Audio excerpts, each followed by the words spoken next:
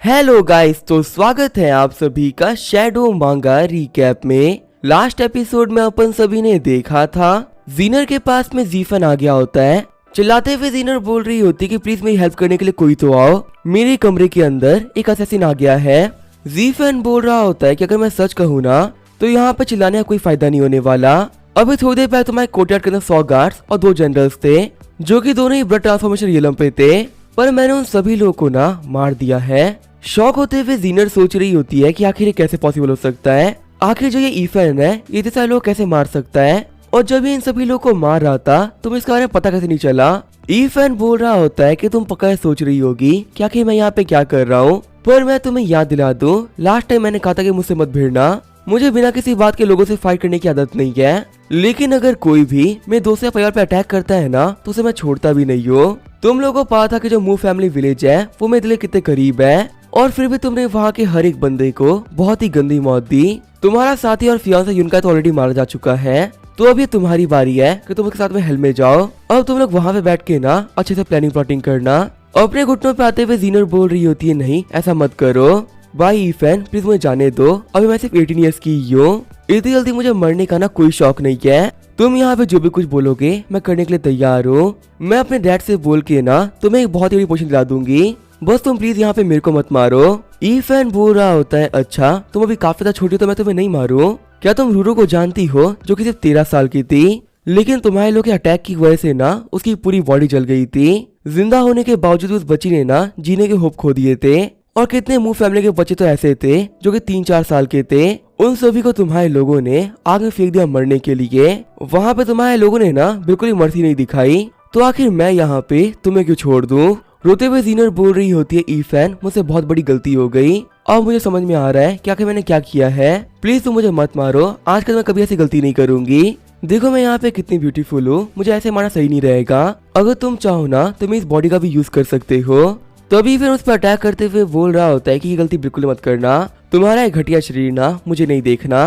पर अब जबकि हमारी एरोगेंट यंग मिस अपने घुटनों पे आ चुकी है, ठीक है फिर यहाँ पे जीने का ना मैं तुम्हें एक मौका दे रहा हूँ। तुम्हें तो पक्का से याद ही होगा ना कि तुमने कहा था रूरू तुम्हारे पाँव की जूती के बराबर भी नहीं है, तो फिर ठीक है फटाफट से मेरे जूतों को चाट के साफ करो, अगर तुमने ये काम सही से नहीं किया ना तो तुम नहीं बच पाओगी। चिढ़ते हुए जीनर बोल रही होती है, ईफन आखिर तुम्हें क्या बोल रहे हो। ईफन बोल रहा होता है, क्या हुआ, क्या तुम ये काम नहीं करोगी, पर अभी तुम तो बोल रही थी ना कि तुम यहाँ पे कुछ भी करने के लिए तैयार हो। देखो तुम्हारे पास यहाँ पे सरवाइव करने का आखिरी मौका है, अगर तुमने यहाँ पे गलतियाँ करी तो तुम नहीं बच पाओगी।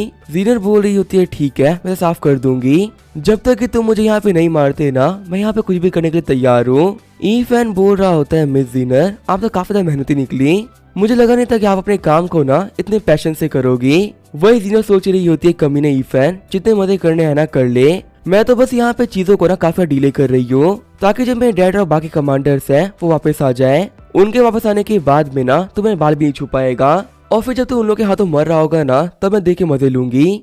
आगे हमें आधे घंटे बाद का सीन दिखाया जाता है। जीनर बोल रही होती है, लो मैं तुम्हारे जूतों को चमका दिया है। ईफन बोल रहा होता है कि मेरे जूते साफ हो चुके हैं और अब तुम ना मेरे किसी काम की नहीं रही। ये बोलते हुए जीनर को वही खत्म कर देता है। वही मरते हुए जीनर बोल रही होती है, ईफन तुम एक धोखेबाज हो। सीन चेंज होता है, हमें लिनफोवा स्ट्रीट का सीन दिखाया जाता है जहाँ पे सिटी लॉर्ड अपने लोगों को लेके लिन फैमिली की तरफ आगे बढ़ रहे होते हैं। तभी जो हमारे सिटी लॉर्ड होते हैं वो काफी शॉक हो जाते हैं। कमांडर्स बोल रहे होते, सिटी लॉर्ड क्या हुआ, आप काफी ज्यादा परेशान दिख रहे हो। सिटी लॉर्ड बोल रहे होते हैं, नहीं कुछ नहीं हुआ, मुझे बस यहाँ पे ऐसा फील हो रहा है कि मैंने अपनी किसी खास चीज को अब जस्ट खो दिया।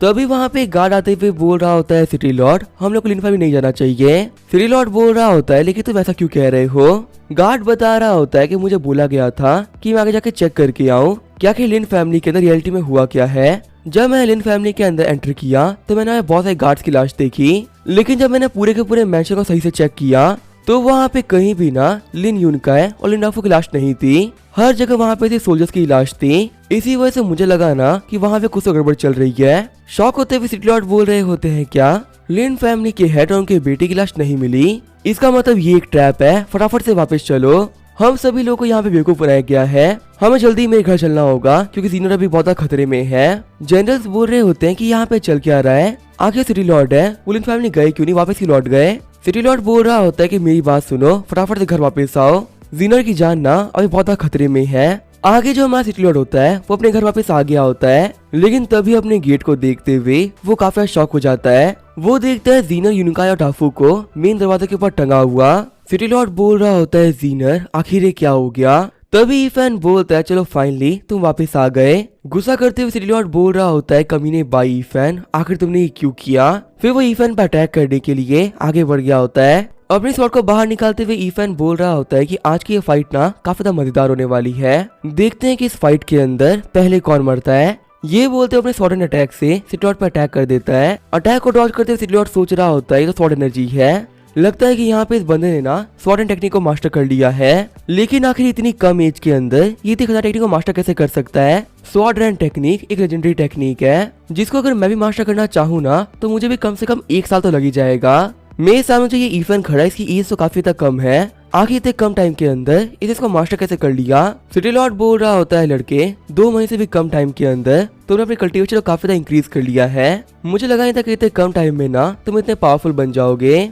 ईफन बोल रहा होता है, ये बात तो माननी पड़ेगी, तुम्हारी आंखें काफी ज्यादा तेज है। सिटी लॉर्ड बोल रहा होता है कि हमें समझ में आ रहा है कि आखिर मेरे मेंशन के तुमने इतने गार्ड्स को कैसे मार लिया, लेकिन तुम्हें पता है तुमने यहाँ पे आने में ना काफी जल्दबाजी कर दी। हमें लिन फैमिली की तरह ना कोई कमजोर फैमिली नहीं है। मेरे यहाँ पे ना होते हुए तुमने बेटी को टच कर लिया। अगर मैं यहाँ पे होता ना तुम ये काम कभी नहीं कर पाते। तुम सिर्फ और सिर्फ एक मामूली से ब्लड ट्रांसफॉर्मेशन रील में कल्टीवेटर हो, जिससे कि यहाँ पे 2-4 अच्छी टेक्निक्स को सीख लिया है। वही मैं अभी मैरो कितनी रीलम पर हूँ। चाहे तुम्हें यहाँ पे कितनी टेक्निक्स क्यों ना आती हो, हमारा कल्टीवेशन गैप है वो फिल नहीं हो सकता।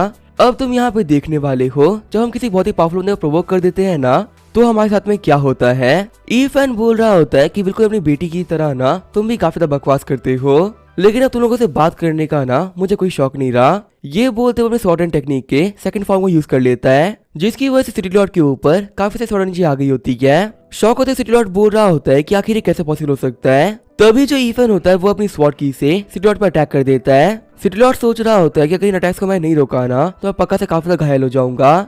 ये बोलते वो अपने सामने एक बैरियर बना लेता है।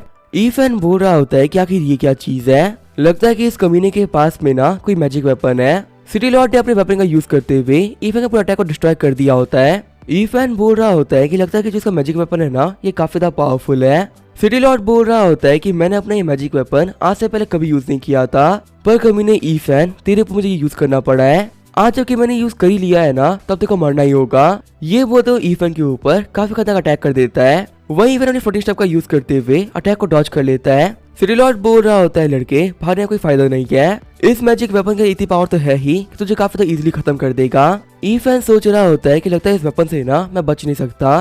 तभी वो मैजिक वेपन ईफन को हिट कर देता है।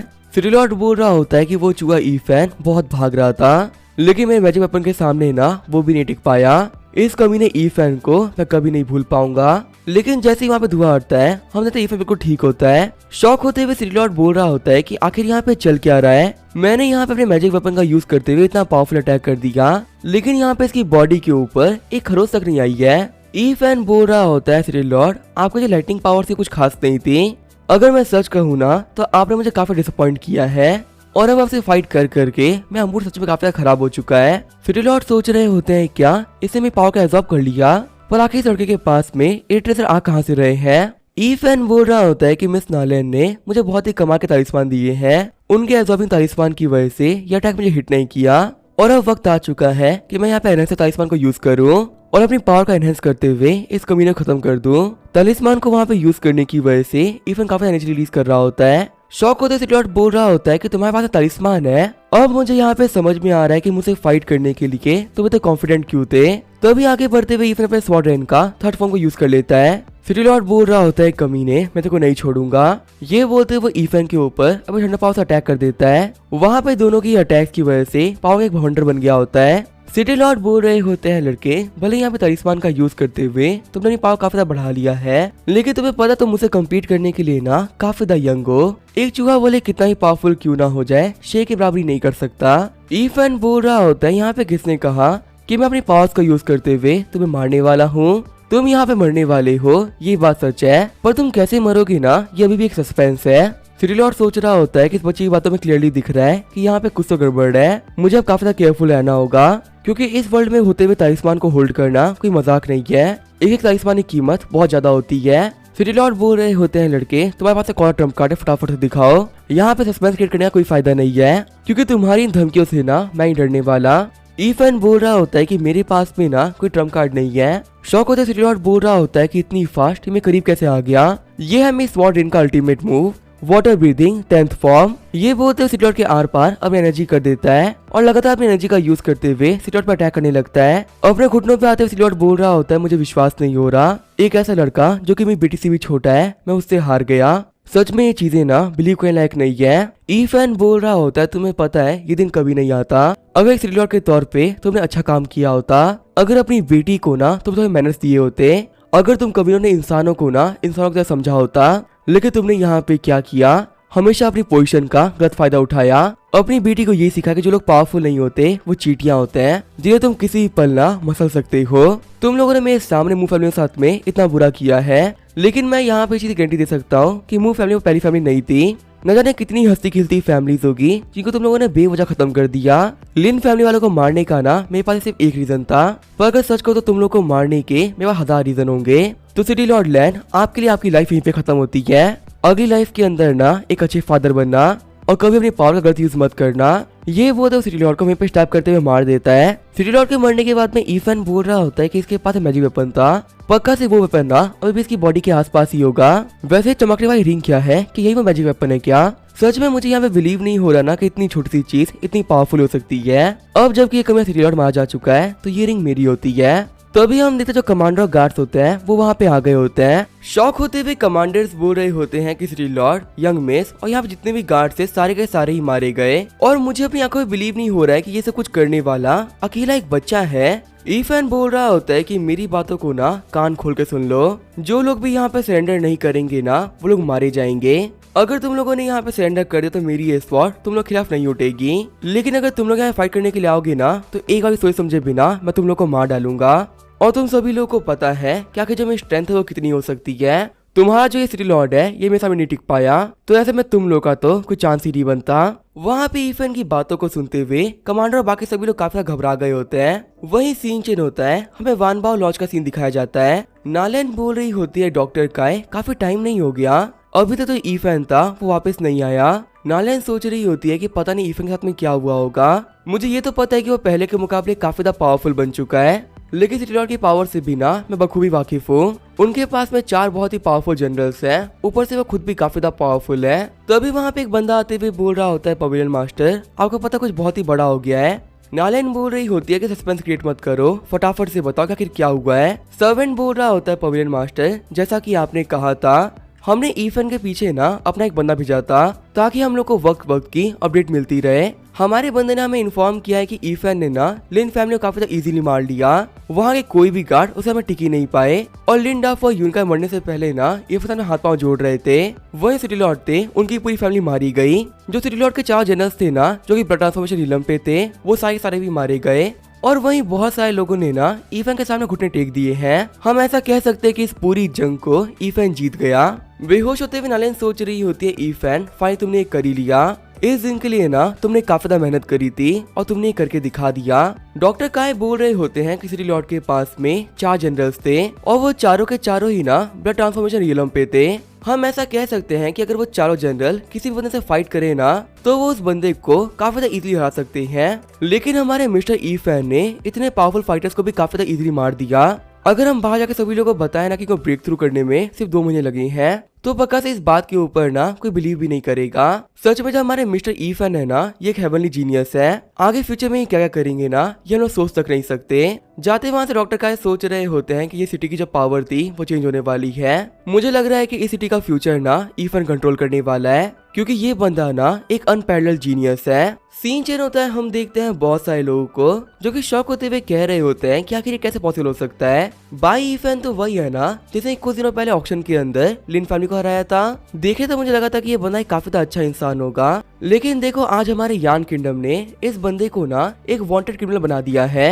अगर कोई बंदा इसको मारेगा ना तो 100 गोल्ड कॉइन का रिवॉर्ड मिलेगा, वहीं इसके बारे में इन्फॉर्मेशन देने वाले को 50 गोल्ड कॉइन का रिवॉर्ड मिलेगा। सच में मुझे तो बिलीव नहीं हो रहा कि इतना अमीर इंसान आखिर बुरा कैसे हो सकता है। थोड़ी देर इसके बाद में हम देखते हैं ईफैन को, जो कि उस बोर्ड के पास में आ गया होता है। पोस्टर को निकालते हुए ईफैन बोल रहा होता है कि इन बेवकूफों ने मेरे ऊपर काफी ज्यादा कम बाउंटी रखी है, सिर्फ और सिर्फ 100 गोल्ड कॉइन। लगता है कि यान किंगडम की नजरों में ना मेरी वैल्यू नहीं है, और ऊपर से वो कौन कमियां था जिसे कि इस पोस्टर के अंदर मेरे को ड्रॉ किया है। सच में उस बंदे की ड्राइंग ना बहुत ही गंदी है। वैसे एक बात तो है, हमारी सिटी का जो एटमॉस्फेयर है ना, और पहले के मुकाबले काफी ज्यादा अच्छा हो जाएगा, क्योंकि यहाँ पे जितना भी कचरा था ना सबको मैंने साफ कर दिया। सीन चेंज होता है, हमें वानवाव लॉज का सीन दिखाया जाता है। विंडो पे खड़ी नालेन बोल रही होती है, मिस्टर ईफैन आगे के साथ में क्या हुआ है? अगर आप इस जंग को जीत गए तो आप वापस क्यों नहीं आए? मुझे ना बिल्कुल भी समझ में नहीं आ रहा है क्या क्या फ्यूचर प्लान क्या है। तभी नालेन कमरे के अंदर उड़ते हुए एक लेटर और एक बॉक्स आता है। लेटर को उठाते हुए नालेन सोच रही होती है कि ये मिस्टर ईफैन ने भेजा है क्या। ईफैन ने लिखा होता है, नालेन जल्दी सिटी को छोड़ के ना मैं हमेशा हमेशा के लिए जा रहा हूँ। जब तक मैं यहाँ पे था तुमने मेरा काफी अच्छा ख्याल रखा, और ये चीज ना मैं कभी नहीं भूल पाऊंगा। मेरा इतना ख्याल रखने के लिए तुम्हारा बहुत बहुत शुक्रिया। इस बॉक्स के अंदर मैंने अपनी तरफ से ना तुम्हें थोड़ा सा गिफ्ट दिया है, और हाँ, आपसे जो मूव फैमिली वाले हैं उनकी जिम्मेदारी तुम्हारी है। इस बॉक्स के अंदर मैंने कुछ चीजें उनके लिए भी रखी है। मैंने उनके लिए इतना कुछ छोड़ा है ना जिससे कि वो जिंदगी में अच्छा खा पी पाए और बहुत ही अच्छे कपड़े भी पहन पाए। मैं नहीं चाहता कि मूव फैमिली वाले लाइफ में कोई दिक्कत देखें, क्योंकि जो ऑलरेडी इन लोगों की बॉडीज थी ये क्रिपल हो चुकी है और अभी लोग काम भी नहीं कर सकते। तो मुझे भरोसा है कि इस ट्रेजर के बदले में तुम जिंदगी में इनका ख्याल रखोगी, और अगर हमारी किस्मत में लिखा हुआ होगा ना तो फिर से मुलाकात जरूर होगी। ठीक है, मैं चलता हूँ, बाय ईफैन। फिर जो नालेन होती है वो उस बॉक्स को ओपन कर देती है। नालेन सोच रही होती है कि मैंने अपनी पूरी लाइफ में इतना कमाल का ट्रेजर कभी नहीं देखा। ये ट्रेजर इतना है ना किसी मूव फैमिली क्या पूरे के पूरे सिटी को ना साथ चलाया जा सकता है। यंग मास्टर ईफैन, मैं भी यही उम्मीद करूंगी कि हमारी फ्यूचर मुलाकात जरूर होगी। वहीं दूसरी तरफ हम देखते हैं ईफैन को, जो सिटी को छोड़ के निकल गया होता है। जाते हुए ईफैन बोल रहा होता है कि आज से ही मेरी यहाँ पे एक नई कहानी स्टार्ट हो रही है। आगे हमें आधे महीने बाद यूनजू पोर्ट का सीन दिखाया जाता है। वहाँ पे खड़े दो बंदे बात कर रहे होते हैं, क्या तुमने सुना है क्या 10 सबसे ग्रेटेड होलीलैंड में से एक 5 एलिमेंट होलीलैंड बच्चों को रिक्रूट कर रहा है। आजकल के बच्चों के लिए ना ये एक बहुत ही बड़ी अपॉर्चुनिटी है। कहते हैं कि होलीलैंड वालों के पास में ना बहुत ही कमाल की टेक्निक्स है। जिन टेक्निक्स को होलीलैंड वाले रद्दी समझ के फेंक देते हैं ना, वही टेक्निक ट्रेजर पवेलियन वाले बहुत महंगे महंगे बेचते हैं। होलीलैंड वालों के पास जो टेक्निक होती है ना उसका लेवल बिल्कुल ही अलग होता है, बाहर की दुनिया के लोग उसे मैच नहीं कर सकते। दूसरा वाला बंदा बोल रहा होता है, अगर तुम ना होलीलैंड के डिसिपल बन गए तो सच में काफी अच्छी बात होगी, तुम्हारी फैमिली की जो ग्रोथ है वो 100 गुना से बढ़ जाएगी। पहला वाला बंदा बोल रहा होता है कि डिसाइपल्स के पास में तो क्या ही पावर होती है, जो रियल पावर होती है ना वो होती है एल्डर्स के पास में। वो लोग चाहे ना तो रॉयल फैमिली वालों को भी इग्नोर कर सकते हैं, और रॉयल फैमिली इन लोगों का ना कुछ नहीं बिगाड़ सकती। दूसरा वाला बंदा बोल रहा होता है कि 5 एलिमेंट होलीलैंड वे किंगडम के अंदर है, जो कि हमारे यान किंगडम से ना कम से कम 1000 मील दूर होगी। अगर हम लोग यहाँ पे क्लाउड बोर्ड का यूज नहीं करते हैं ना तो वहां तक पहुंचना बिल्कुल इम्पॉसिबल है। तो ये पहले वाला बंदा बोलता है कि हमें जल्दी करनी चाहिए, हम लेट नहीं हो सकते। अगर हम लोगों ने देर कर दी ना तो हम डिसाइपल नहीं बन पाएंगे। ईफैन सोच रहा होता है कि ये लोग कह रहे थे कि जिन भी टेक्निक्स को होलीलैंड वाले रद्दी समझ के फेंक देते हैं ना, ट्रेजर पवेलियन वाले उनको काफी ज्यादा महंगे बेचते हैं। लगता है कि होलीलैंड वालों के पास में बहुत ही कमाल की टेक्निक्स होती है। अगर सच में जगह इतनी कमाल की है ना तो वहाँ जाके देखना ही पड़ेगा। कहानी से बता रहा होता है कि वांगू कॉन्टिनेंट के अंदर अगर किसी को मीलों का सफर करना होता है ना तो फ्लाइंग बोट का यूज करता है। इसका यूज करते हुए एक जगह दूसरी जगह जाना काफी ज्यादा इजी है, क्योंकि ये हवा में उड़ सकती है और काफी ज्यादा फास्ट होती है। ईफैन बोल रहा होता है कि इतना लंबा डिस्क्रिप्शन देने की जरूरत ही नहीं थी। बेसिकली जो फ्लाइंग बोट है ना ये हमारी अर्थ के एक एरोप्लेन की तरह है। फिर काउंटर पे जाते हुए ईफैन बोल रहा होता है कि मुझे 5 एलिमेंट होलीलैंड के लिए टिकट चाहिए। काउंटर पे बैठा बंदा बोल रहा होता है, देखो लड़के, अगर तुम्हें 5 एलिमेंट सिटी जाना है ना तो तुम्हें कम से कम 500 गोल्ड तो देने पड़ेंगे, इससे कम में वहाँ पे तुम नहीं जा सकते। वो बंदा बोल रहा होता है कि पता नहीं कहाँ से गरीब गरीब बंदे यहाँ पे आ जाते हैं। मैं गारंटी कर सकता हूँ कि इस बंदे को ये भी नहीं पता कि जो फ्लाइंग बोट होती है वो होती क्या चीज है, और ये यहाँ पे आ गया कि इसको फ्लाइंग बोट में ट्रेवल करना है। देखो लड़के, अगर तुम्हें अफोर्ड नहीं कर सकते ना तो यहाँ से हट जाओ, क्योंकि अभी लाइन के अंदर ना बहुत सारे बंदे लगे हुए हैं। तभी फिर अपने पास से 5 को निकालते हुए बोल रहा होता है, इतना काफी होगा क्या? देखो मुझे तुम्हारी बोट का ना सबसे बेहतरीन कमरा चाहिए। काउंटर बैठा बंदा बोल रहा होता है, सर आप तो एक VIP निकले, आप टेंशन मत लीजिए, हमारे फ्लाइंग बोट का ना आपको स्काई रूम मिलेगा, जहाँ का व्यू भी काफी ज्यादा कमाल का है और वो कमरा भी काफी लग्जरी है। काउंटर बैठा हुआ बंदा सोच रहा होता है कि आखिर कौन से फैमिली के यंग मास्टर है। इनको देख के लग रहा है ना कि ये गॉड ऑफ वेल्थ है, जो कि जमीन के ऊपर आम लोग की जिंदगी को जीने के लिए आए हैं, और मैं बेवकूफ इनको बिना किसी बात की प्रोवोक कर रहा था। तभी वहाँ पे क्राउन प्रिंस का बेटा प्रिंस वानशेंग आ जाता है। वानशेंग बोल रहा होता है, 1 सेकंड रुको, इस बंदे ने यहाँ पे तुम्हें जो स्काई रूम की प्राइस दी है ना मैं उसे डबल कर रहा हूँ, स्काई रूम को फटाफट से मुझे दे दो। ईफैन बोल रहा होता है कि तुम्हारे कहने का मतलब क्या है? प्रिंस वांग मैंग बोल रहा होता है इसका मतलब कुछ नहीं है। देखो मुझे जो भी कोई पसंद आता है ना मैं वो खरीद लेता हूँ, क्योंकि किसी भी चीज की प्राइस से ना मुझे फर्क नहीं पड़ता। अगर सच कहूँ तो मेरे डैड के पास पैसे की कोई कमी नहीं है, इसी वजह से मैं खुला पैसा खर्च करता हूँ और हर चीज खरीद लेता हूँ। ई फैन बोल रहा होता है लेकिन इस कमरे को मैंने पहले बुक किया है। काउंटर वाला बंदा ही बोल रहा होता है ऑनर्ड गेस्ट, जो हमारा स्काई रूम था ना उनको जेंटलमैन ने ऑलरेडी बुक कर लिया है, तो इसी वजह से आपको एक कमरा देना थोड़ा मुश्किल है। प्रिंसेस वांग मैंग बोल रही होती है कि आखिर ये बेवकूफ कौन है जो कि यान किंगडम में खड़ा होते हुए हमारे खिलाफ जाने की हिम्मत रखता है।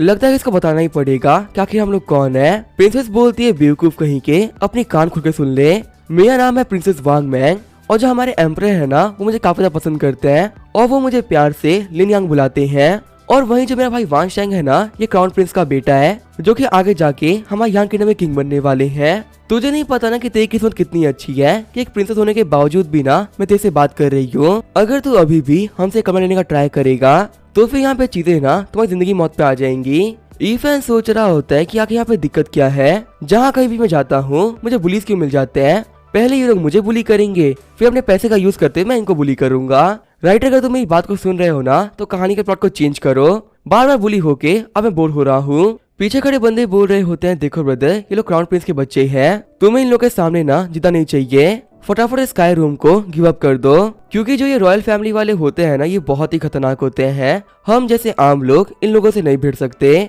ई फैन बोल रहा होता है कि अगर ये लोग प्रिंस और प्रिंसेस है तो इससे क्या फर्क पड़ता है, इन लोगों से बात करने की ना बिल्कुल भी तमीज नहीं है। कौन कह रहा है कि ये लड़की रॉयल फैमिली से बिलोंग करती है, ये यहाँ पे बातें ऐसे कर रही है ना जैसे कोई छपरी हो। और देखो बात क्लियर है, इस स्काई रूम को पहले मैंने रिजर्व कर लिया है, तो अब ना इससे फर्क नहीं पड़ता कि तुम लोग कितना ही पे कर लो, ये काम मेरा ही रहेगा। और गधों के बच्चों पिछले आधे घंटे से मैं लाइन में था और तब जाके ना मैं यहाँ तक पहुँच पाया हूँ, तो तुम लोग यहाँ पे डायरेक्टली आके रूम की डिमांड कैसे कर सकते हो। जाके चुपचाप अपना लाइन में खड़े हो जाओ, यहाँ मुझसे बकवास करने की मेरा दिमाग खराब करने की जरूरत नहीं है। वैसे मेरा मूड ना ठीक नहीं चल रहा, कहीं अगर मैं तुम लोग को पीट दिया ना तो तुम्हारी इज्जत खराब हो जाएगी। प्रिंस वांग शेंग बोल रहा होता है अभी तुमने क्या कहा। ई फैन बोल रहा होता है क्या हुआ, कान में कोई दिक्कत है क्या, सुना नहीं क्या मैंने क्या बोला।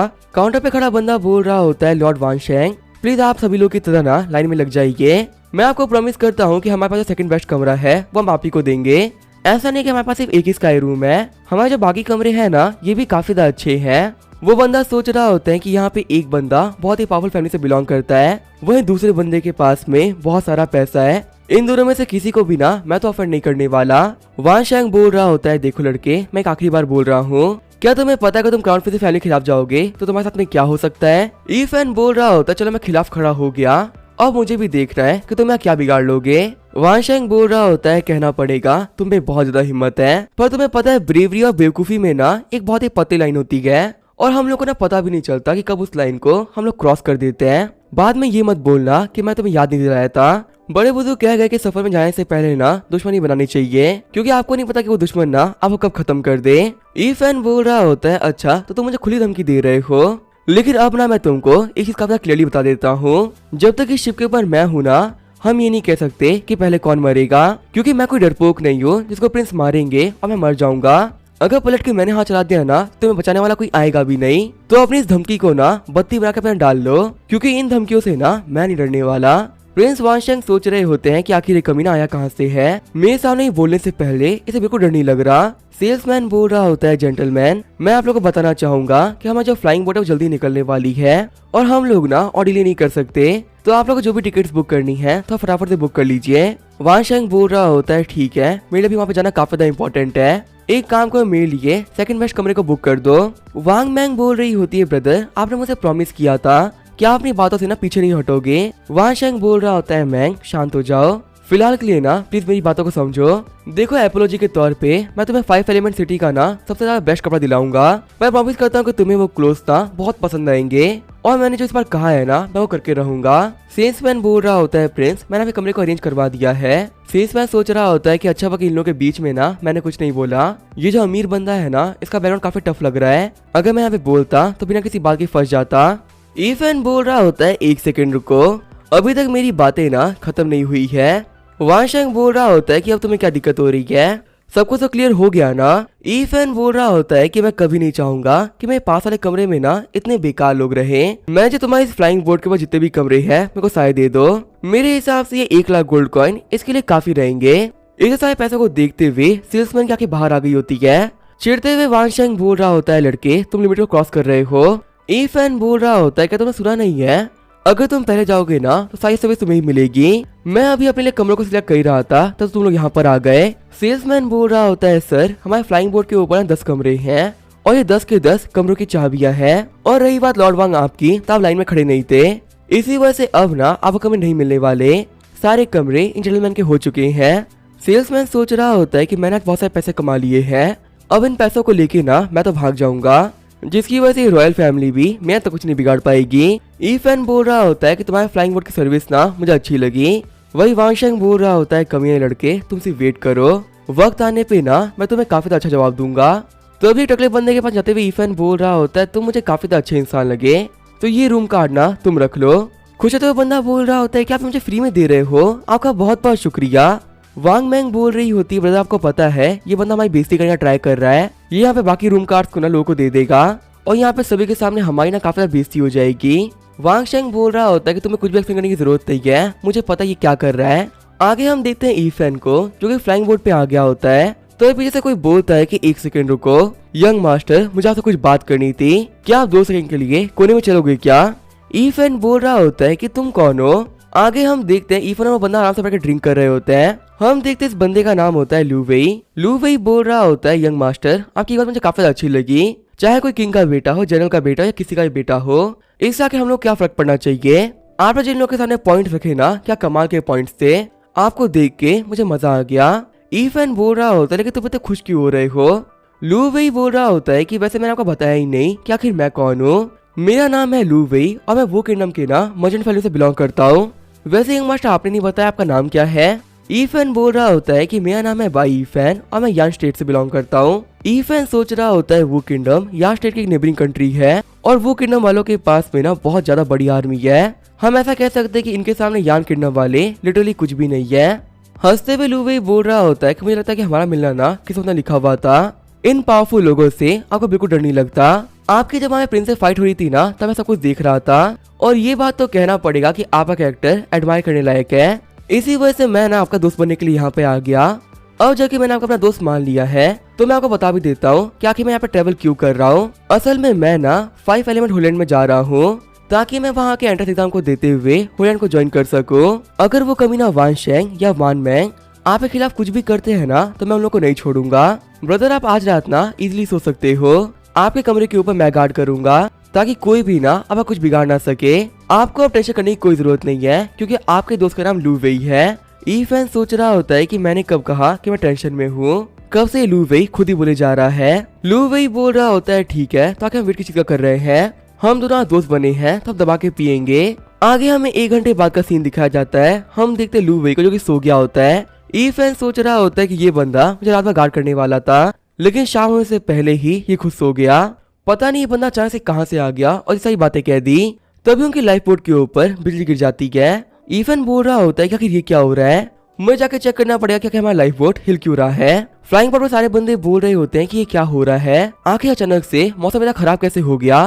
तभी थंडरस्टॉर्म होता है, वो फिर से आकर उनकी बोट पे गिर जाता है। चिल्लाते हुए सभी लोग बोल रहे होते हैं गॉड हमें माफ कर दो, हम अभी बहुत ज्यादा छोटे हैं और हमें मरने का कोई शौक नहीं है। ईफेन बोल रहा होता है एक बात तो कहनी पड़ेगी, ये थंडर काफी कमाल की है, लगता है कि वक्त आ चुका है कि मैं इस रिंग को यूज करूं। जब मैं यहाँ पे आने वाला था तब इस रिंग के बारे में मैंने बहुत स्टडी करी और मुझे पता चला कि इस रिंग का नाम युनलेई रिंग है। ये एक बेहद ही कमाल का ऑफेंसिव मैजिक वेपन है जो कि अपने अंदर ना ठंडा को स्टोर कर सकता है और बाद में अपने दुश्मन से फाइट करते वक्त इसी एनर्जी का यूज करते हुए अटैक भी कर सकते हैं। लेकिन बेकार बात तो ये थी कि पिछले कुछ दिनों में मैं जहाँ पे भी गया हूँ ना, वहाँ लाइटिंग हुई नहीं, हर जगह का जो मौसम था वो काफी साफ था। इसी वजह से इस रिंग को मैं चार्ज नहीं कर पाया, पर वक्त आ चुका कि अब इस रिंग को मैं पूरी तरह से चार्ज कर लूँ। फिर यहाँ पे थंडरस्टॉर्म के बीच में इफ यहाँ पे रिंग को डाल देता है, जिससे वहाँ पे आ रही पूरी लाइटनिंग को पूरी एब्जॉर्ब करने लगती है। शॉक होते हुए सारे बंदे बोल रहे होते हैं कि आखिर ये क्या हो रहा है, ये जो पूरी लाइटनिंग थी ये एक जगह पे इकट्ठा कैसे हो रही है, ये सारी की सारी इलेक्ट्रिसिटी ना स्काई रूम के अंदर जा रही है, पता नहीं ये क्या हो रहा है, इलेक्ट्रिसिटी ने रास्ता कैसे मोड़ लिया। तभी ईफेन बोलता है कि मेरी प्यारी रिंग तुम्हें जितना एब्जॉर्ब करा तुम कर लो, आज तुम यहाँ पे ना पूरी तरह चार्ज हो जाओगी। थोड़ी देर बाद हम देखते हैं ईफेन की रिंग को जो कि पूरी तरह चार्ज हो गई होती है। ईफेन बोल रहा होता है कि ऐसा कह सकते हैं कि अब मेरे पास में ना एक बहुत ही कमाल का ट्रम्प कार्ड आ चुका है जो कि वक्त आने पे मैं जरूर यूज करूंगा। बोट पे खड़े बंदे बोल रहे होते हैं वहाँ देखो हम लोग पहुंच गए, यही है द 5 एलिमेंट सिटी। शिप से उतरने के बाद में सारे बंदे बोल रहे होते हैं कि हमारा सफर ना सच में काफी लंबा था। ईफैन बोल रहा होता है अच्छा तो ये है 5 एलिमेंट सिटी। वैसे जो होलैंड का एंट्रेंस एग्जाम है वो कहाँ पे होने वाला है? लू वेई बोल रहा होता है आपको पता है हमारा जो किंग वेई है ना, उन्होंने इस सिटी को बनाने के लिए काफी ज्यादा खर्चा किया है ताकि जो हमारे 5 एलिमेंट होलैंड वाले हैं ना वो उनसे खुश हो जाए। अगर मैं सर्च करूँ तो ये सिटी ना हमारे कैपिटल से भी काफी ज्यादा बेटर है क्योंकि इसको बनाने के अंदर ना काफी ज्यादा खर्चा भी आया है। ईफैन सोच रहा होता है कि हाँ ये बात तो सच है, देखने में जगह काफी ज्यादा खूबसूरत है। सच में यहाँ के एम्परर ने जगह को बनाने में ना काफी सारा पैसा खर्च किया है। वैसे लू वेई क्या यहाँ पे हमेशा इतने बंदे आते रहते हैं क्या? आज तो यहाँ पे सिटी के अंदर ना खड़े होने की जगह नहीं है। लू वेई बोल रहा होता है कि नॉर्मली ये सिटी काफी ज्यादा खाली रहती है, बट क्योंकि यहाँ पे एंट्रेंस एग्जाम है ना इसी से हर एक कंट्री के बहुत सारे बंदे यहाँ पे आ रखे हैं। लू वेई बोल रहा होता है वैसे आसमान में देखो ये सभी ना इस सिटी के कल्टीवेटर्स है। नॉर्मल सिटीज के अंदर लोगों को उड़ते हुए देखना काफी ज्यादा मुश्किल होता है, पर यहाँ पे ये चीज ना काफी ज्यादा कॉमन है। जी फैन सोच रहा होता है कि अभी मैं सिर्फ ना ब्लड ट्रांसफॉर्मेशन रियलम पर हूँ और अभी मुझे अपनी बॉडी को ही कंप्लीट ट्रेन करने में काफी टाइम लगने वाला है, लेकिन जब मैं अपनी बॉडी को कम्प्लीटली ट्रेन कर लूंगा उसके बाद सीखूंगा कि आखिर स्पिरिचुअल पावर कैसे यूज करते हैं, और जब मैं स्पिरिचुअल पावर को सीख जाऊंगा ना तब मैं इन लोगों की तरह उड़ भी पाऊंगा। यहाँ पे आने के बाद मुझे फील हो रहा है कि यहाँ आना ना एकदम सही चॉइस थी। एक छोटी जगह स्ट्रॉन्गेस्ट बंदा होने में ना बिल्कुल ही मजा नहीं है। अगर मैं यहाँ पे रहते हुए इन लोगों को बीट कर पाया तब जाके मजा आएगा। तभी वहाँ पे कोई मास्टर अपनी एनर्जी को रिलीज करते हुए बोल रहे होते हैं सारे बच्चे अपना मुंह बंद कर लो। ईफैन सोच रहा होता है ये प्रेशर सच में काफी कमाल का है। यहाँ पे कितने ऐसे बंदे भी हैं जो कि अपने घुटनों पे आ चुके हैं। तभी उन लोग के सामने कैल्डर आते हुए बोल रहे होते हैं कि मेरा नाम है यान यूसोंग और मैं हमारे 5 एलिमेंट होलैंड का एक इनर सेक्ट का एल्डर हूँ। इस एंट्रेंस एग्जाम के अंदर हर एक चीज को मैं संभालूंगा। जिन भी लोगों को एंट्रेंस एग्जाम में पार्टिसिपेट करना है वो हमारे ईस्ट हॉल में जाकर रजिस्टर करवा दो। आज दोपहर में ही कंपटीशन स्टार्ट हो जाएगा। जो ही बच्चे उस कंपटीशन में क्वालिफाई कर लेंगे ना वो हमारे होलैंड को ज्वाइन कर सकते हैं। खुश होते हुए सारे बंदे बोल रहे होते हैं कि हमें जल्दी करनी चाहिए, आज दोपहर में ही ना कंपटीशन स्टार्ट हो जाएगा। फटाफट से हम लोग को रजिस्ट्रेशन करके आगे की चीजों पे काम करना स्टार्ट कर देना चाहिए। लू वेई बोल रहा होता है ब्रदर रजिस्ट्रेशन स्टार्ट हो चुकी है और मुझे लगता है कि अब वक्त आ चुका है कि हम एक दूसरे को गुड बाय कह दें। ईफैन बोल रहा होता है ठीक है ब्रदर मैं आपका वेट करूंगा, उम्मीद है ना कि हम लोग की फिर से मुलाकात होगी। हंसते हुए लू वेई बोल रहा होता है क्या ब्रदर आप यहाँ वेट करने वाले हो, लेकिन आखिर आप यहाँ वेट क्यों ही करोगे?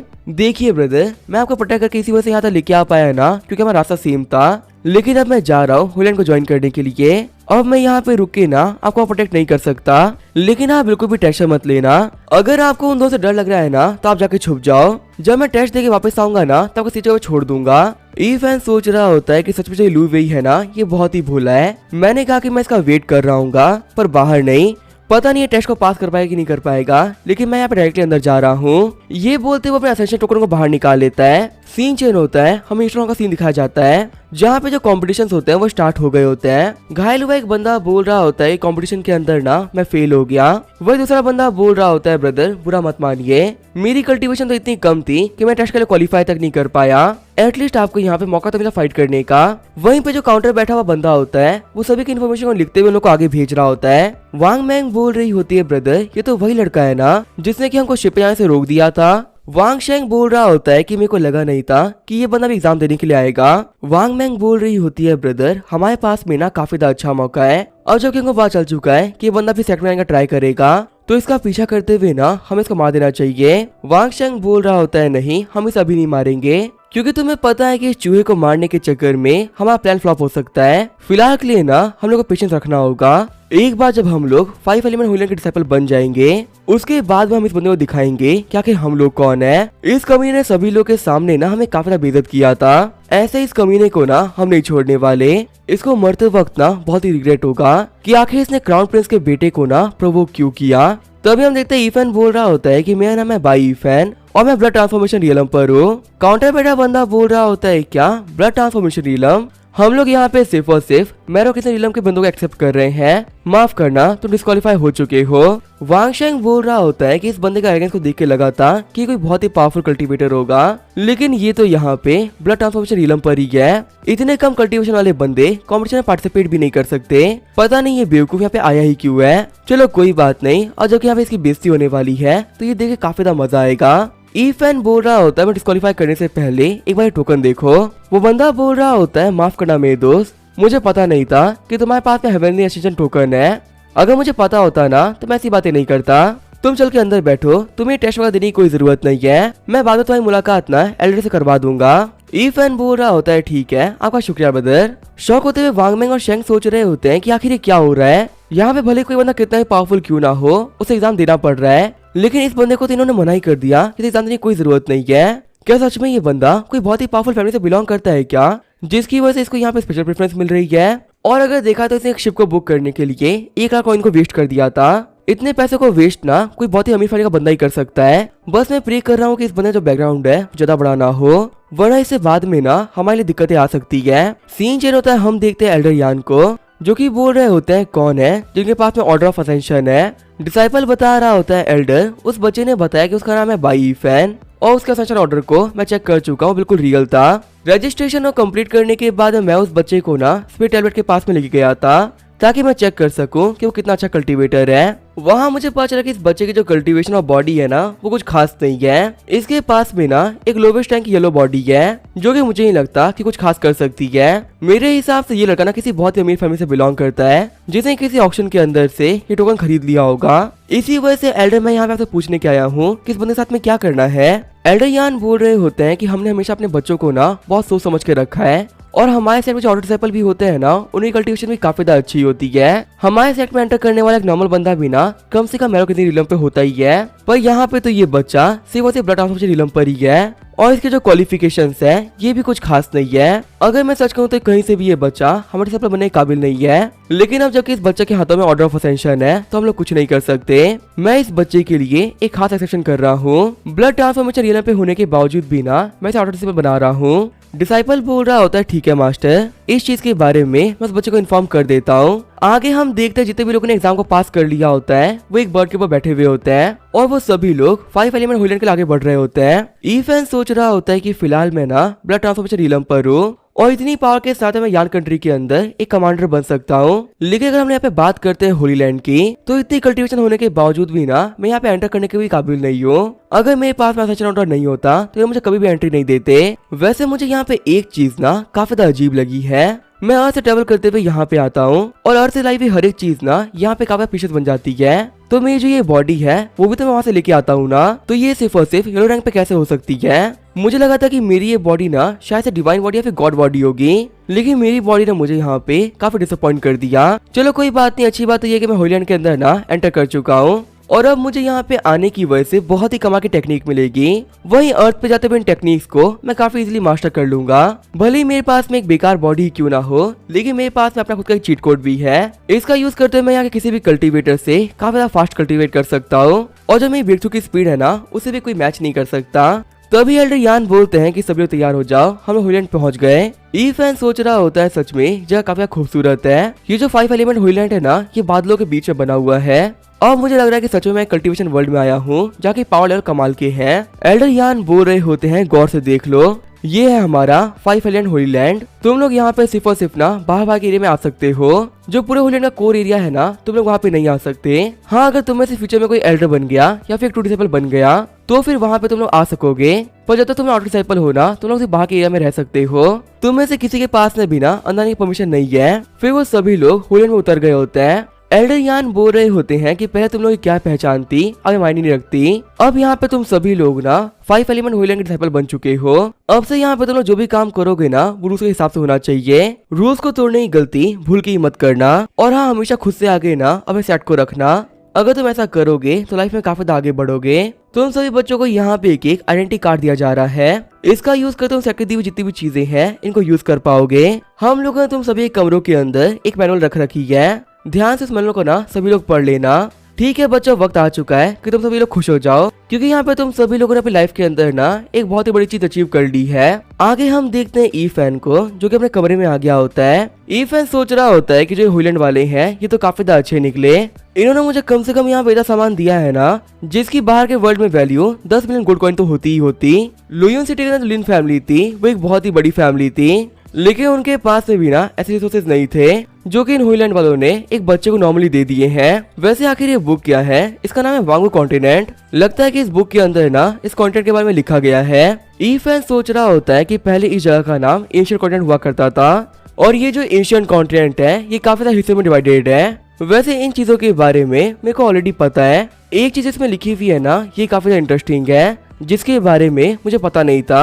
वांगो कॉन्टिनेंट के अंदर 10 होली लैंड है। सबसे पहले होली लैंड का नाम है होली लैंड ऑफ इनकारनेशन, वहीं दूसरे का नाम है लैंड ऑफ होली एम्परर, तीसरा है मेरा होली लैंड ऑफ 5 एलिमेंट, वहीं चौथा है द वेस्टर्न पैराडाइज, पांचवा है होली लैंड ऑफ इमोर्टल्स, वहीं छठा है जेंटियर होली लैंड जहाँ पे सभी लोग सिर्फ कल्टीवेशन करते हैं। वहीं सातवें होली लैंड का नाम है Holi land of heavenly book, जिसके बारे में कहा जाता है कि इस वर्ल्ड की सारी इन्फॉर्मेशन उस होली लैंड में प्रेजेंट है। आठवां होली लैंड है होली लैंड ऑफ ट्रेजर्स, जो कि इन सभी में ना सबसे ज्यादा अमीर है। 9वें होली लैंड का नाम है पर्पल फिनिश होली लैंड, जो कि अपने बीस्ट्स की काफी ज्यादा वैल्यू करता है। वहीं आखिरी का नाम है मिस्टी होली लैंड। अगर इन सभी में बात करी जाए होली लैंड ऑफ इनकारनेशन की, तो ये सबसे ज्यादा मिस्टीरियस रहते हैं। इन लोगों के बारे में ना किसी को भी ज्यादा कुछ नहीं पता। कमाल की बात तो यह है कि इस पूरे होली लैंड के अंदर ना सिर्फ 5 बच्चे पढ़ते हैं, और वो पांचों के पांचों ही बेहद ही कमाल के जीनियसेस हैं। कहते हैं कि उनके लेवल के कल्टीवेटर्स उनकी बराबरी कभी नहीं कर सकते। जो Holi land of Holi emperor है, वो सबसे ज्यादा पावरफुल सेक्ट है। पूरे सेंट्रल कॉन्टिनेंट के ऊपर इस होली लैंड ने राज कर रखा है, और कोई भी ना इनके खिलाफ बोलने की पावर नहीं रखता। जो हमारा होली लैंड ऑफ इमोर्टल्स और जेंटियर होली लैंड है, ये दोनों ही ना सिर्फ कल्टीवेशन में फोकस करते हैं, बाकी चीजों के ऊपर इनका बिल्कुल भी ध्यान नहीं है। वेस्टर्न पैराडाइज होली लैंड के अंदर सिर्फ फीमेल डिसेबल पढ़ती है। आज तक इस पूरे सेक्ट ने ना कभी भी एक भी मेल बंदे को एक्सेप्ट नहीं किया। वहीं जो हमारा 5 एलिमेंट होली लैंड है, ये एलिमेंट के हिसाब से 5 भागों में डिवाइडेड है, और ये पांचों के पांचों हिस्से ही ना अपने आप में काफी ज्यादा पावरफुल है। इफ एंड बोल रहा होता है तो यहाँ पे 10 होली लैंड्स है, जिसमें सबसे ज्यादा strongest land of Holi emperor है। अगर मुझे इस चीज के बारे में पहले पता होता ना, तो मैं पक्का से इसी सेट को ज्वाइन करता, मैं कभी यहाँ पे आता ही नहीं। वैसे अगर देखा जाए तो मेरे पास में इस वर्ल्ड के अंदर ना बहुत सारा पैसा है, और मेरे पास में इतना तो पैसा है कि मैं इसका यूज करते हुए किसी को भी हायर कर सकता हूँ। अगर मैं पैसे खर्च करूंगा तो सेक्टर लीडर भी आके ना मैं बॉडीगार्ड के तौर पे काम करेंगे, लेकिन ये चीजें करने में बिल्कुल मजा नहीं आता। अगर मैं सिर्फ लोगों पर रिलाई करूंगा तो एक ना एक दिन पक्का से खत्म हो जाऊंगा। इसी वजह से खुद से पावरफुल बनना बहुत ज्यादा इंपॉर्टेंट है। बॉडी कल्टीवेशन के अंदर जितने भी रिलम्स होते हैं, उन सभी में हम लोग अपनी बॉडी को ना इम्प्रूव कर रहे होते हैं, लेकिन जो मैरोक्रेसी रिलम होता है वो इकलौता सा लेवल होता है जहां हम अपनी बॉडी को ना पावरफुल नहीं बना रहे होते, बल्कि हम अपनी बॉडी के अंदर से इम्प्योरिटीज को खत्म कर रहे होते हैं, क्योंकि ये इम्प्योरिटीज हमें आगे बढ़ने में काफी ज्यादा रोकती है। अगर मुझे यहाँ पे अपने स्ट्रेंथ को इंक्रीज करना है और बहुत ज्यादा पावरफुल बनना है, तो मुझे यहाँ पे मैरोक्रेसी रिलम को अच्छे से सीखना होगा, और अपनी बॉडी को क्लींस करते हुए ना अपने ब्लड को ट्रांसफॉर्म करना होगा। अगर मैं ये काम करने में कामयाब हो गया तो बाकी लोगों के मुकाबले में काफी ज्यादा पावरफुल हो जाऊंगा। लेकिन आखिर ये करने के लिए मैं क्या कर सकता हूँ? आगे हमें 1 महीने बाद का सीन दिखाया जाता है। कल्टीवेट करते हुए ईफेन सोच रहा होता है कि तकरीबन 1 महीने से मैं लगातार अर्थ पे आ जा रहा हूँ। कुछ बुक्स को पढ़ने के बाद में मुझे यहाँ पे एक बहुत ही कमाल की चीज पता चली। मुझे पता चला कि मैं हर्बल बात लेके अपने फिजिक को चेंज कर सकता हूँ। इसी वजह से मैं बार बार अर्थ पे जा रहा हूँ और वहाँ से हर्ब्स खरीद के यहाँ पे आ रहा हूँ, ताकि मैं अपनी बॉडी को ना काफी ज्यादा इम्प्रूव कर सकूँ। वैसे भी जो हर्ब्स मैं यहाँ से खरीद सकता हूँ ना, वो यहाँ पे मिलना बिल्कुल ही इम्पॉसिबल है। मुझे यहाँ पे डे बाय डे ऐसा फील हो रहा है कि जो ये मेरी बॉडी है ना, ये काफी लाइट होती जा रही है। मेरी जो ये स्ट्रेंथ है, ये पहले के मुकाबले ना मल्टीपल टाइम बढ़ चुकी है, और यहाँ तक जो मेरा माइंड था ये भी काफी ज्यादा क्लियर हो चुका है। मुझे ऐसा लग रहा है कि जो वक्त है ना, वो मेरे लिए काफी ज्यादा स्लो होते जा रहा है। मैं चीजों को अपनी तरफ धीरे आते हुए देख पा रहा हूँ, और मुझे लग रहा है कि मेरी बॉडी में जितनी भी इम्प्योरिटीज थी वो एक एक करके खत्म होते जा रही है। लगता है कि अब जल्द ही ना मैं ब्रेक थ्रू करने वाला हूँ। ब्लड ट्रांसफॉर्मेशन रील में अटके हुए मुझे पूरे 2 महीने हो चुके हैं, और अब वक्त आ चुका है कि मैं इससे आगे बढ़ जाऊँ। ये बोलते हुए ईफेन वहाँ पे ब्रेक थ्रू कर लेता है। ईफेन सोच रहा होता है फाइनली मैंने यहाँ पे ब्रेक थ्रू कर ही लिया, और अब मैं यहाँ पे एक मैरोनीला में कल्टीवेटर बन चुका हूँ, और अब मेरे पास में ना कियन ब्लड वेल भी आ चुका है। कहते हैं कि ये वेल ना एक आर्मर के तौर पे काम करता है। जब एक बंदा स्पिरिचुअल कल्टीवेटर बन जाता है, तब वो अपनी बॉडी के आसपास में एक स्पिरिचुअल आर्मर को फॉर्म कर सकता है। उसी तरीके से बॉडी कल्टीवेशन के अंदर आपको कियन ब्लड वेल मिलता है, जो कि शो करता है कि आपका जो ये ब्लड है आखिर कितना प्योर है। चलो एक बार देखते कि मिलने के बाद में मिशन कितनी बड़ी है। ये बोलते हुए ईफेन खिड़की के बाहर एक पंच मार देता है, जिसके सिर्फ इफेक्ट की वजह से बहुत सारे पेड़ वहाँ पे टूट गए होते हैं। ईफेन बोल रहा होता है कि सच में जो मेरी पंच की पावर थी ना, वो काफी ज्यादा बढ़ चुकी है। मेरे एक पंच के अंदर कम से कम ना 30,000 kg की पावर थी। जो मैरोक्रेसी रील में कल्टीवेटर होते हैं ना, उनके पास में इतनी पावर नहीं होती। मैं एक नॉर्मल कल्टीवेटर से डबल पावरफुल बन चुका हूँ। जब से मैं यहाँ पे आया हूँ ना, मैं अंदर ही बैठा हुआ हूँ। अब वक्त आ चुका है कि मैं थोड़ा बाहर निकलूं और जगह एक्सप्लोर करूँ। देखते तो हैं क्या जगह कितनी कमाल की है। सीन चेंज होता है, हमें मेन हॉल का सीन दिखाया जाता है। ईफेन बता रहा होता है कि मेन हॉल वो जगह है जहाँ से पूरे हॉलीलैंड के हर एक काम को मैनेज किया जाता है। सारे जितने भी डिसाइपल्स यहाँ पे पढ़ते हैं ना, उनकी सैलरी और उनको टास्क भी यहीं से मिलते हैं। सैलरी देते हुए एल्ड्रियान बोल रहे होते हैं बच्चे कि तुम्हारी इस मंथ की सैलरी है। अगर तुम और अच्छे से काम करोगे तो तुम्हारी सैलरी बढ़ भी सकती है। ईफन बता रहा होता है कि यहाँ पे ट्रेनिंग करने के साथ साथ ही मुझे टास्क भी करते हैं, जिसके बदले में ना उन्हें बहुत ही कमाल के रिवॉर्ड्स मिलते हैं। पहले उन लोगों को कंट्रीब्यूशन पॉइंट मिलता है और उसके बाद भी यहाँ पे उसको एक्सचेंज करके स्पेशल स्टोन दिए जाते हैं। एल्डरियान बोल रहे होते हैं, बच्चे तुमने यहाँ पे एक लूटा को कंप्लीट किया था, इसीलिए तुम्हें यहाँ पे रिवॉर्ड के तौर पे ना 100 स्पेशल स्टोन दिए जा रहे हैं। इवन बता रहा होता है कि टास्क को कंप्लीट करने के बाद में हमारे जो कंट्रीब्यूशन पॉइंट होते हैं ना वो हमारे आइडेंटिटी कार्ड पे आ जाते हैं, क्योंकि ये हम सभी लोग का पहला मंथ है। इसी वजह से भले किसी वजह टास्क किए हो या ना किए हो, उसको यहाँ पे रिवॉर्ड के तौर पे 50 स्टोन दिए जा रहे हैं। 5 एलिमेंट होलैंड के अंदर बहुत ही कमाल कमाल की स्किल्स पड़ी हुई है, और अगर आपके पास में ज्यादा कंट्रीब्यूशन पॉइंट है ना तो आप उन बुक तो काफी इजीली खरीद सकते हो। मैं तो यहाँ तक ये भी सुना है कि यहाँ पे ना 10,000 अलग अलग मार्शल आर्ट की बुक्स पड़ी हुई है, और अगर उन 10,000 में से आपको सिर्फ एक ही मिल जाए ना तो आपकी कल्टीवेशन बहुत ज्यादा बढ़ सकती है। वांगो कॉन्टिनेंट के अंदर अलग अलग तरीके लिखे हुए थे जिनका यूज करते हुए हम कंट्रीब्यूशन पॉइंट कमा सकते हैं। सबसे पहला तो ये है कि हम लो लेवल के टास्क करें। जितने ही बच्चे जो कि मैरो किसी रीलम पे होते हैं उन लोगों को छोटे मोटे टास्क करने के लिए 100 से लेकर 300 कंट्रीब्यूशन पॉइंट दिए जाते हैं। वहीं अगर एक बच्चा एलाइटमेंट रीलम में पहुंच चुका है तो वो अपने लिए ना मिडिल लेवल के टास्क भी चुन सकता है, जिसके लिए उन लोगों को रिवॉर्ड के तौर पर 300 से लेके 1000 कंट्रीब्यूशन पॉइंट दिए जाते हैं। और जो बच्चे परफॉर्म रीलम में पहुंच चुके हैं वो जो टास्क करते हैं उनको बहुत ही कमा के रिवॉर्ड दिए जाते हैं। जो मिनिमम टास्क की वैल्यू होती है वो होती है 1000 कंट्रीब्यूशन पॉइंट, और अगर टास्क थोड़ा डिफिकल्ट है तो इसके आपको 5000 कंट्रीब्यूशन पॉइंट मिल सकते हैं। इन तरीकों से टास्क करते हुए आप काफी सारे पॉइंट्स कमा सकते हो। वहीं दूसरा तरीका ये है कि ट्रेजर्स के बदले में कंट्रीब्यूशन पॉइंट लेना। जो ये होलैंड वाले हैं ये बच्चों से कोई भी ट्रेजर एक्सेप्ट कर लेते हैं और उसकी वैल्यू के हिसाब से ना कंट्रीब्यूशन पॉइंट भी दे देते हैं। तीसरा और एक और आखिरी रास्ता है जो कि सबसे मुश्किल रास्ता भी कहा जाता है। हॉल ऑफ शेम के ऊपर बहुत सारे क्रिमिनल के पोस्टर्स लगे हुए हैं और उन सभी के ऊपर ना उनकी बाउंड्री प्राइस भी लगी हुई है। अगर उन क्रिमिनल्स को हम पकड़वा देते हैं तो उनकी जो भी बाउंड्री प्राइस होगी ना वो हम लोग को मिल जाएगी, और इससे फर्क नहीं पड़ता कि आपकी कल्टीवेशन क्या है क्या नहीं। आप किसी भी क्रिमिनल को पकड़ने के लिए ना किसी भी लेवल पर जा सकते हो। हम ऐसा कह सकते हैं कि इस तरीके के ऊपर बच्चों के ऊपर कोई लिमिट्स नहीं होती। अगर उनके पास में एबिलिटी है तो जितना उतना पैसा कमा सकते हैं। और एक नॉर्मल क्रिमिनल के ऊपर भी ना कम से कम 500 कंट्रीब्यूशन पॉइंट की तो बाउंटी होती ही है। कहते हैं कि सबसे ज्यादा खतरनाक और सबसे ज्यादा फास्ट तरीका कंट्रीब्यूशन पॉइंट कमाने का, लेकिन नॉर्मल इस तरीके को ना कोई नहीं चुनता, क्योंकि हॉल ऑफ शेम के ऊपर जितने भी क्रिमिनल लिस्टेड है ये बेहद ही खतरनाक है और किसी बच्चे के लिए इन लोगों को पकड़ना बहुत ज्यादा मुश्किल होता है। हर साल सेट के अंदर कुछ ऐसे बंदे आते हैं जो तो काफी पावरफुल समझते हैं और इसी वजह से ना वो क्रिमिनल्स को पकड़ने के लिए भी जाते हैं, लेकिन उन सभी का अंत ना बहुत बुरा होता है। अगर मैं यहाँ पे अपने हिसाब से देखूं तो टास्क करना तो एक बहुत ही बेकार तरीका है। उसमें भले रिस्क नहीं है लेकिन कंट्रीब्यूशन पॉइंट भी तो बहुत ही कम है, और वही क्रिमिनल्स को पकड़ने में रिस्क काफी ज्यादा है। अगर देखा जाए तो सेकंड वे है ना वो मेरे लिए काफी ज्यादा काम का है। मुझे यहाँ पे सिर्फ इन लोगों को ट्रेजर्स देने हैं और उसके बदले में मुझे बहुत सारे कंट्रीब्यूशन पॉइंट मिलेंगे। पर यहाँ पे दिक्कत ये है ना कि ये होलैंड है लेकिन लुयन सिटी। मैं यहाँ पे नहीं बोल सकता किन किन लोगों की मेरे ऊपर नजर होगी।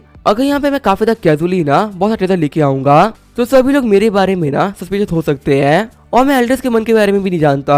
मेरे पास जो ट्रेजर होते हैं वो काफी ज्यादा रेयर होते हैं। हो सकता है कि ट्रेजर्स के लिए एल्डर्स ही मेरे दुश्मन बन जाए। वैसे ये तो बिल्कुल भी नहीं कि मुझे यहाँ पे लोगों से डर लगता है, पर बेवकूफी करने में और ब्रेव होने में एक बहुत ही पतली लाइन होती है और मुझे साइन को क्रॉस नहीं करना। मैं यहाँ पे इन लोगों को दिखाने के लिए ना मिशन को एक्सेप्ट करूंगा, जिससे कि मेरी लाइफ के ऊपर ना कोई दिक्कत भी नहीं आएगी, और वापस आते वक्त कह दूंगा कि मुझे गलती से ना ट्रेजर मिल गए थे। इस तरीके से मेरे पास दिक्कत भी नहीं आएगी और मैं बहुत सारे पैसे भी कमा पाऊंगा। फिर इफेन बोल रहा होता है, एल्डर मुझे ना यहाँ पे सबसे लो लेवल का टास्क चाहिए। सीन चेंज होता है, हम देखते कुछ लड़कों को जो कि मैं सरी लेके जा ही रहे होते हैं, तभी कुछ स्वॉर्ड लिए बंदे उन लोगों को घेर लेते हैं। सारे बंदे बोल रहे होते हैं कि हमारे पास इतने भी स्टोन्स है ना, हम तुम्हें देने के लिए तैयार हैं, लेकिन प्लीज हम लोग के साथ में कुछ मत करना। तभी वहाँ प्रिंस शैंग आते हुए बोल रहा होता है, ब्रदर गाओ आप तो काफी ज्यादा स्मार्ट निकले, आपने तो यहाँ पे इन सभी की सैलरी इन लोगों से ले ली। वैसे अब 1 महीने तक ये सर्वाइव कैसे करेंगे, बिना पैसों के इन लोगों के रहना काफी ज्यादा मुश्किल होगा।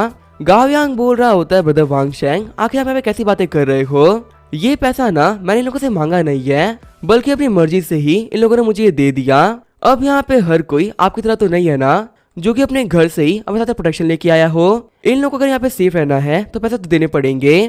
क्यों चूहे, मैं सही कह रहा हूँ ना? घबराते हुए सामने वाला बंदा बोल रहा होता है, हाँ ब्रदर गाओ आप सही कह रहे हो। वैसे ब्रदर गाओ यहाँ पे सब कुछ खत्म हो चुका है, जो पैसे थे वो हमने आप लोग को दे दिए, तो क्या हम सभी लोग वापस जा सकते हैं क्या? उस बंदे को पंच मारते हुए गाव्यांग बोल रहा होता है, चूहे कहीं के, तू मुझे पैसे ना खैरात में नहीं दे रहा है, तेरी हिम्मत कैसे हुई मुझसे अर्जेंटली बात करने की? अगर मैं तो कहीं जाने के लिए नहीं बोल रहा हूँ, इसका मतलब क्लियर है ना कि मेरे को तुझसे कुछ काम है। अगली बार से आगे से ना मुझसे कुछ मत कहना। अगर मैंने देखा कि तुम ज्यादा कैजुअल हो रहे हो तो फिर तुम्हें मारने से पहले भी ना मैं नहीं सोचूंगा। बाकी बंदे बोल रहे होते हैं ब्रदर क्या आप ठीक हो। वो बंदा बोल रहा होता है हाँ मैं ठीक हूँ। तभी साइड में देखते हुए वांगशेंग बोल रहा होता है कि मुझे बिलीव नहीं हो रहा। ये कमीना भी यहाँ तक पहुँच गया। गाओ यांग बोल रहा होता है ब्रदर क्या आप इसे जानते हो क्या। वांगशेंग बोल रहा होता है हाँ बहुत ही अच्छे से। ब्रदर गाओ वैसे मेरी बात सुनो। ब्रदर गाओ मुझे कुछ बताना था। आज से कुछ दिनों पहले जब मैं यहाँ पे आ रहा था ना तब एक फ्लाइंग बोट के लिए इस बंदे ने मुझे प्रोवोक किया था। इस बंदे के बारे में ना मुझे कुछ पता तो नहीं है। हाँ बस मैं ये जानता हूँ कि इसके पास में बहुत सारा पैसा है और इसने यहाँ पे एंटर करने के लिए कोई एग्जाम भी नहीं दिया। इसके पास में ना ऑर्डर ऑफ असेंशन था। आगे बढ़ते हुए गाओ यांग बोल रहा होता है कि अगर किसी बंदे के पास में ऑर्डर ऑफ असेंशन है तो ये बात तो क्लियर है कि उस बंदे के पास में ना बहुत सारा पैसा है। और अगर इस बंदे के पास में बहुत सारा पैसा है तो थोड़ा पैसा ना ये मेरे को भी दे सकता है। अब इसका क्या होगा वो हम देखेंगे नेक्स्ट एपिसोड में। तो तब तक के लिए बाय और स्टे ट्यून।